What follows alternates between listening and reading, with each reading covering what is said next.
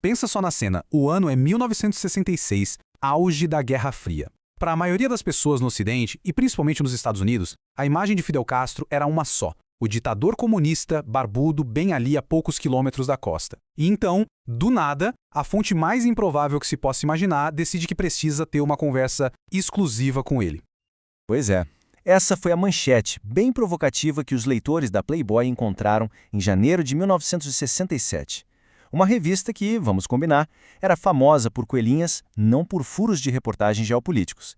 Mas o fato é que essa publicação abriu espaço para uma das entrevistas mais inesperadas da época e que revelaria muito, não só sobre o Fidel, mas sobre as tensões do mundo naquele momento. Ok, vamos mergulhar nisso.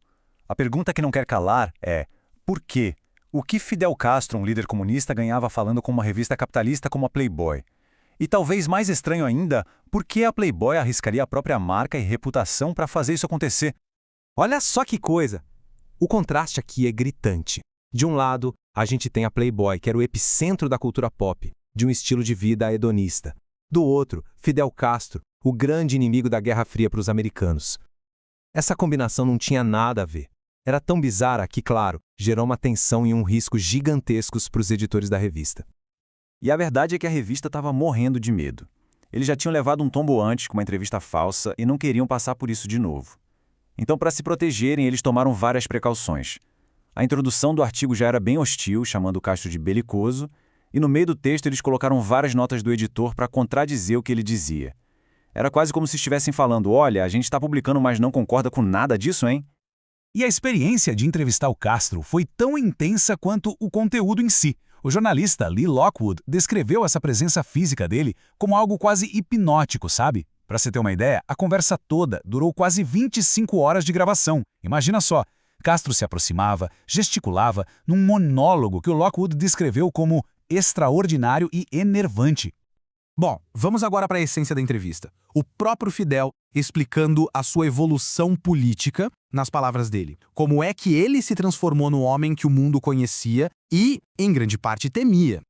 O Castro descreveu essa jornada intelectual em etapas. Tudo começou, segundo ele, na universidade, quando ele olhava para o capitalismo e via coisas que não faziam sentido. Isso o levou para uma fase que ele mesmo chamou de socialista utópico, uma coisa meio sonhadora. Mas aí a chave virou quando ele leu Karl Marx. Ali, segundo ele, encontrou uma estrutura, uma explicação sistemática que o transformou num marxista revolucionário convicto.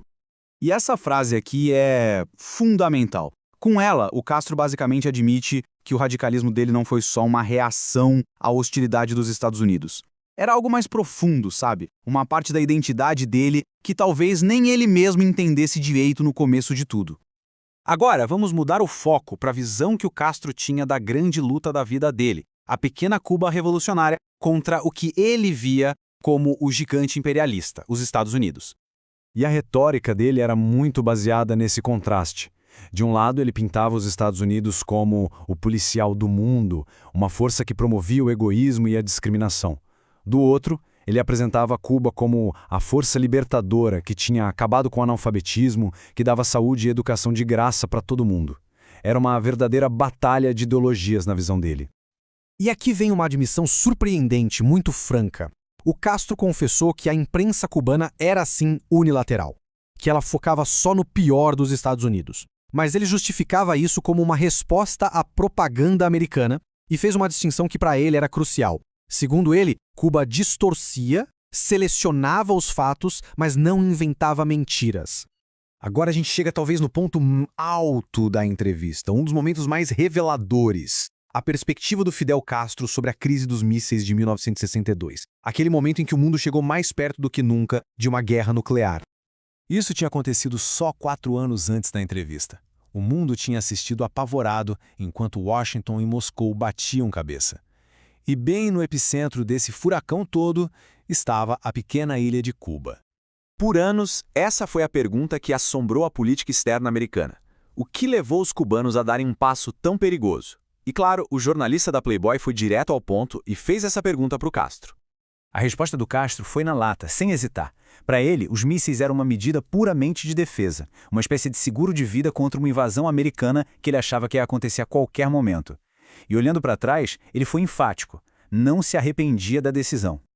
Mas aqui vem a grande revelação, o pulo do gato. Castro expressou uma raiva, um ressentimento profundo, não contra os americanos, mas contra a União Soviética. Ele se sentiu traído por Khrushchev ter retirado os mísseis sem consultar Cuba. A ideia de recuar era algo que, segundo ele, nunca passou pelas nossas mentes. E para a gente fechar, vamos ver o impacto surpreendente e duradouro que essa entrevista única teve. Um eco que foi muito além das páginas de uma revista masculina. A história dá uma volta muito inesperada. Quase uma década depois, a mesma revista, a Playboy, publica outra entrevista bombástica, dessa vez com o então candidato a presidente dos Estados Unidos, Jimmy Carter. Ninguém podia prever a conexão que viria a seguir. E aqui está a ironia final da história. Em 1978, um repórter perguntou ao Castro o que ele achava do novo presidente americano. E o Castro, que tinha proibido a Playboy em Cuba, respondeu que tinha lido a entrevista do Carter na Playboy e que aquilo o tinha convencido de que o Carter era um homem sincero. A mesma revista que ele usou para se apresentar para o mundo, ele agora usava para entender o seu adversário.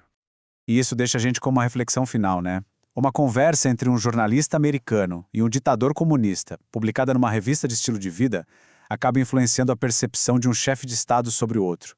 Isso mostra o poder estranho e totalmente imprevisível da comunicação, onde as ideias viajam por canais que ninguém espera e talvez, só talvez, mudem um pouquinho o rumo das coisas.